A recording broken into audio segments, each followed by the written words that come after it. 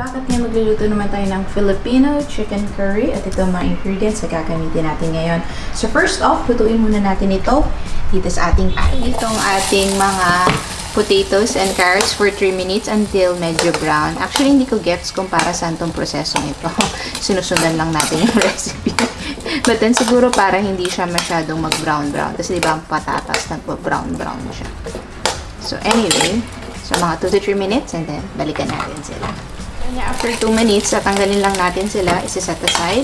And then, yung mga extra or excess na oil is i-remove natin. Kasi, higigisa na natin ng konting segundo yung ating red bell pepper. Then, a minute, para lang lumabas yung flavor, igisa lang daw natin itong red bell pepper. Na natin to. Lipat lang natin dito sa ating lalagyan. Sana hindi masakit. Alright, saktong-sakto. Ngayon, igigisa na natin yung ating onion, garlic, at saka ginger until fragrant.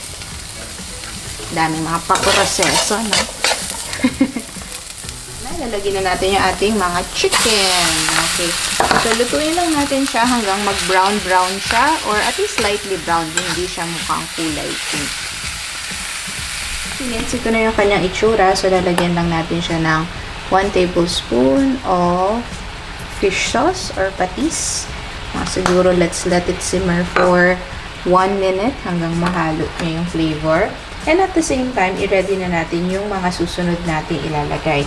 So, as you can see here, meron tayong 1 cup of water. So, lalagyan ko lang siya ng 1 cup of coconut milk, tapos ihahalo na natin siya dyan. Alright, sana nahalo. Ay, hindi ko siya na-shake. Ang galing ko. Ang talino kong bata. Anyway, hindi ko siya masyadong shake. But then, ito na yon.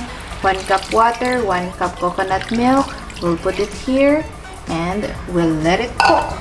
Okay.